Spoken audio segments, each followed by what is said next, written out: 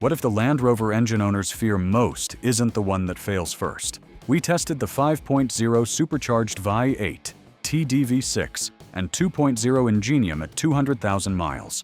One looked ready for another 200,000 miles. One was surviving on borrowed time. One was already finished before the teardown even began. 2.0 Ingenium Diesel. First on the stand, the 2.0 Ingenium Diesel.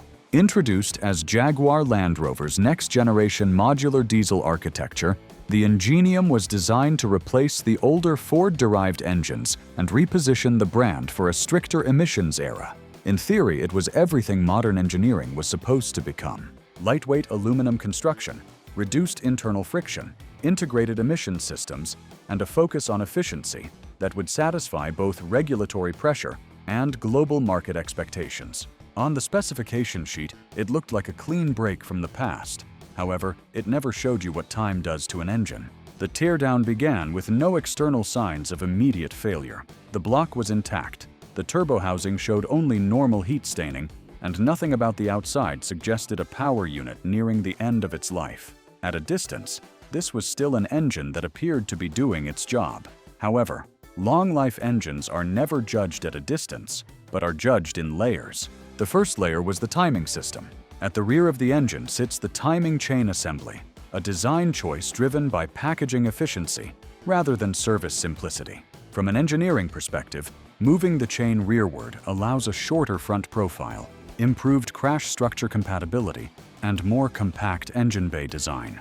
The same decision changes the entire service reality of the engine once mileage accumulates. When wear starts here, it shows up not in sight, but in sound. First, a brief rattle on cold start or a faint metallic hesitation at idle is often dismissed by owners as normal for a diesel of this age. But the architecture does not see it that way. The sound is the first signal of drifting timing precision. Inside, the chain does not fail suddenly. It elongates gradually under heat cycles and load variation. Guides absorb the first compensation, while the hydraulic tensioner extends beyond its long-term design range. Over time, stress redistributes across components not built for it. At the bench, wear becomes clearer. Slight chain elongation, polished guide surfaces, and increased tensioner travel. None is catastrophic alone, but together, they become significant. Then came the critical detail: access. Rear-mounted timing systems do not simply wear differently, they repair differently. What would be a relatively straightforward intervention on a front-mounted system becomes a labor-intensive procedure involving significant disassembly. The cost structure alone changes how failures are experienced, not mechanically at first, but economically. The second layer was lubrication. Modern diesel engines operate under constraints that older platforms never had to consider. Emission systems, particularly diesel particulate filters, require regeneration cycles that alter combustion behavior. Under certain conditions, these cycles can cause gradual fuel dilution in engine oil over time, and lubrication systems are not designed for that slow uncertainty. They are designed around predictable viscosity, predictable film strength, and predictable thermal behavior. When fuel contamination enters the equation, even at low levels, oil properties begin to drift. Viscosity drops slightly. Protective film strength weakens, and bearing surfaces begin operating under conditions that are subtly outside their ideal range. At first, nothing appears wrong. Wear begins to build in crank bearings, camshaft interfaces, and timing components, not from a single failure, but from an unstable lubrication environment. The effect is distributed rather than concentrated, which makes it harder to identify until mileage compounds it into measurable degradation. The turbocharger assembly reflected this same pattern. On inspection, it was not the turbo itself that raised concern. The rotating assembly showed typical aging consistent with high mileage operation. Bearings remained functional, and there were no immediate signs of catastrophic imbalance or blade damage. Instead, the concern came from the environment surrounding it. Modern diesel systems do not exist as isolated mechanical units. They are networks of interdependent subsystems, sensors, emission controls, pressure regulation strategies, and electronic management systems all interacting in real time. When one subsystem begins to drift outside of expected parameters, the correction logic compensates. When multiple subsystems begin compensating at once, complexity increases faster than stability. This is where aging becomes expensive, not through a single point of failure, but through accumulation. A sensor drifts, the system compensates, another subsystem reacts, fuel trims adjust, regeneration frequency changes, and oil quality is affected. And slowly, without a single defining breakdown, the engine moves further away from its original calibration envelope. By the time the inspection reached its conclusion, the pattern was consistent across every subsystem examined. No singular catastrophic failure point, no single component responsible for total breakdown, just a network of small degradations interacting over time. This is what defines the Ingenium's aging profile. Each system is still functioning, but no longer has the same margin it had when new, and in long-life mechanical design, margin is everything. The architecture does not fail in a dramatic way. It does not present a single moment of mechanical defeat. Instead, it ages through layered complexity, where every subsystem contributes a small portion of long-term degradation. The Ingenium does not lose because it lacks engineering sophistication. It loses because sophistication, under long-term stress, introduces more pathways for wear than simpler architectures ever had to manage. And at 200,000 miles, those pathways are no longer theoretical, but measurable. 5.0 Supercharged V8. Next on the stand, the 5.0 Supercharged V8. The engine everyone wanted to win, officially designated the AJ133. This was Jaguar Land Rover's flagship petrol V8 for more than a decade. It powered the Range Rover Sport, full-size Range Rover, F-Type, and SVR variants, the most desirable performance models the brand ever produced. Even before the teardown begins, its reputation precedes it, not as an efficient or simple engine, but as a statement of intent. 5 liters of displacement, with an Eaton supercharger sitting in the engine valley. Instant throttle response with no turbo lag, no waiting, no delay between pedal input and mechanical reaction. On paper, it is one of the most emotionally convincing engines ever fitted to a luxury SUV platform. It doesn't just produce power, it delivers it immediately, in a way that feels almost unnatural compared to modern turbocharged alternatives. But performance is never free. It only changes where the cost appears. The teardown begins with the cooling system. Before any internal components are exposed, the architecture already tells part of the story. High-output forced induction engines live and die by temperature control. Compression, supercharging, and sustained load all generate heat. Unlike naturally aspirated engines, there is no gentle thermal curve here. The system is constantly managing elevated operating conditions. What we see externally reflects that reality. A dense network of coolant passages, auxiliary cooling circuits, and heat exchangers layered into the front-end architecture.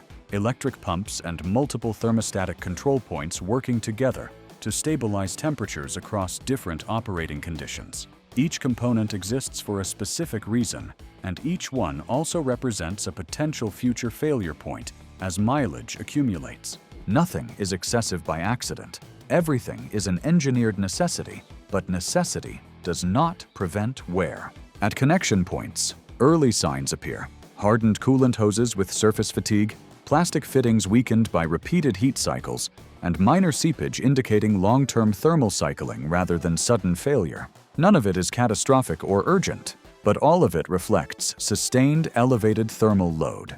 This is where the AJ133 separates itself from simpler powertrains, not through failure, but sensitivity, because its performance depends on systems that must remain near perfect, where cooling is structural. From here, attention shifts to timing. The chain is not the weak point, but the supporting system, guides, tensioners, and hydraulic control.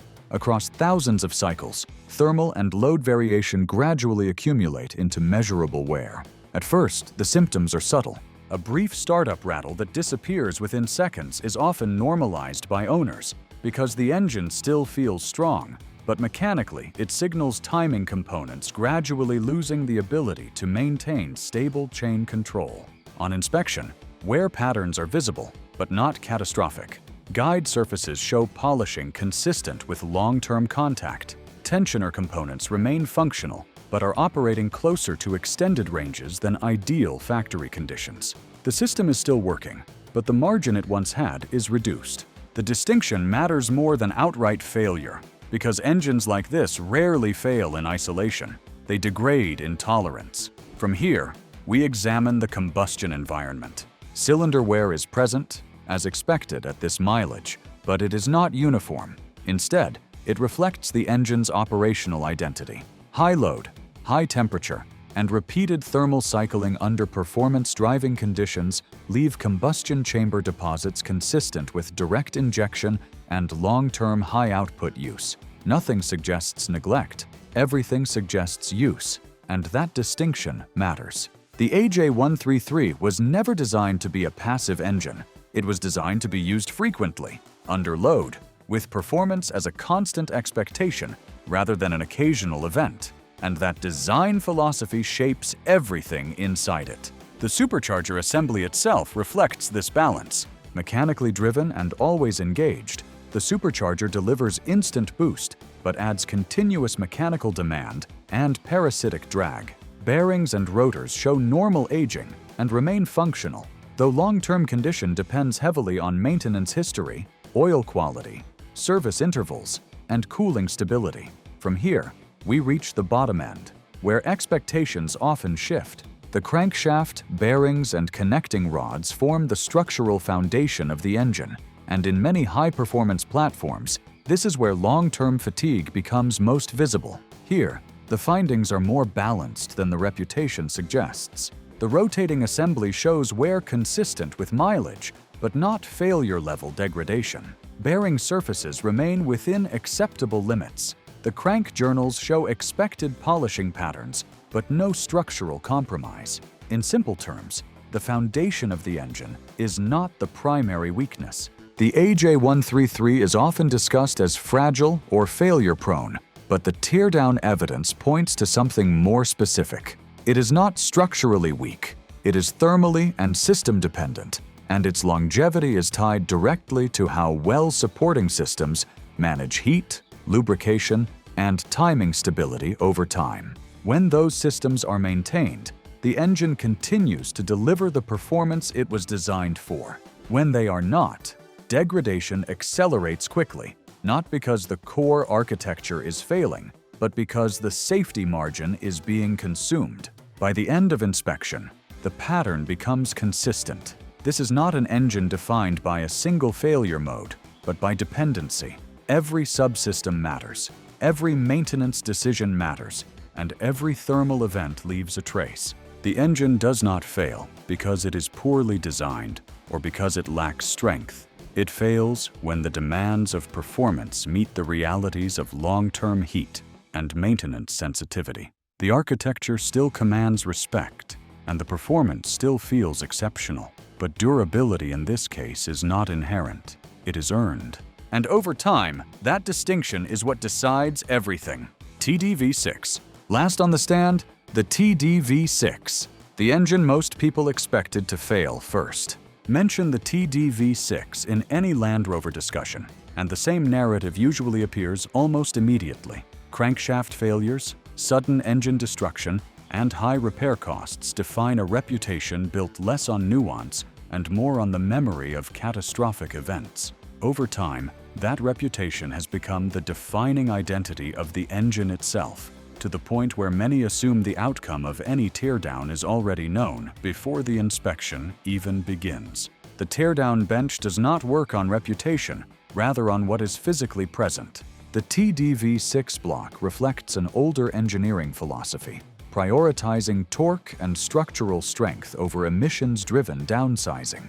Its compacted graphite iron construction sets it apart from lighter aluminum designs and shapes how it behaves under long-term stress, where durability is defined by repeated load cycles rather than peak output.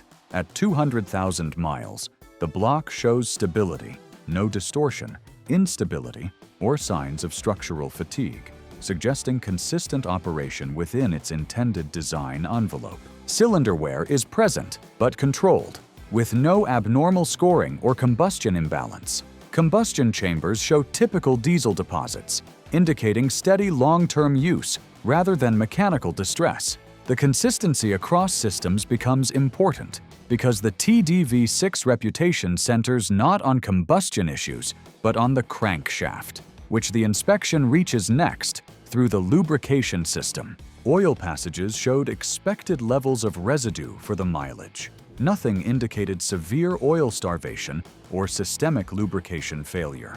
Bearing surfaces showed wear, but within predictable boundaries for a diesel engine operating under load over a long service life. The lubrication story, in isolation, did not suggest an engine in collapse. Then the inspection reached the rotating assembly, where expectations usually tighten and internet reputation often collides with mechanical reality.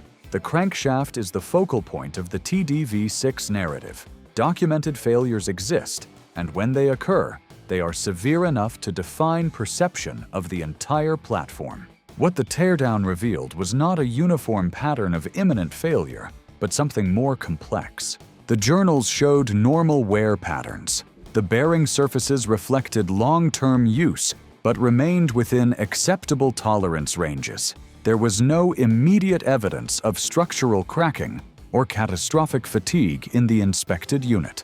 Instead, the rotating assembly presented a picture of an engine that had accumulated mileage without crossing into visible structural collapse. This does not erase the reputation, but it does contextualize it, because engines are often judged by their worst outcomes rather than their most common ones, while teardown analysis focuses on distribution, where survivors matter as much as failures, sometimes more. And the TDV6 has a large population of survivors. High-mileage fleet vehicles, long-distance touring platforms, and commercial applications where engines are maintained on strict intervals and run under consistent load profiles. In those cases, the engine frequently reaches mileage milestones that contradict its online reputation entirely. This contradiction is important because it reveals the gap between how mechanical systems are perceived and how they actually age. The TDV6 does not behave like a fundamentally unstable engine under normal operating conditions.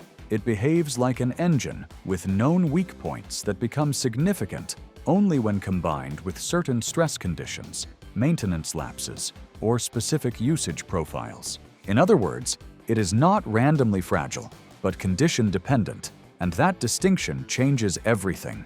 As the teardown continued, no catastrophic indicators appeared, or systemic failure patterns emerged, only expected wear. Built for torque and endurance, the TDV6 was measured not against perfection, but complexity, where simplicity becomes predictability. It doesn't avoid wear, it controls it. Proving survivability at 200,000 miles matters more than reputation. So what did the teardown bench reveal after 200,000 miles of testing 3 engines? And which one truly survived under real-world stress? The TDV6 led in consistency, and the answer may surprise most owners. Like and subscribe for more content.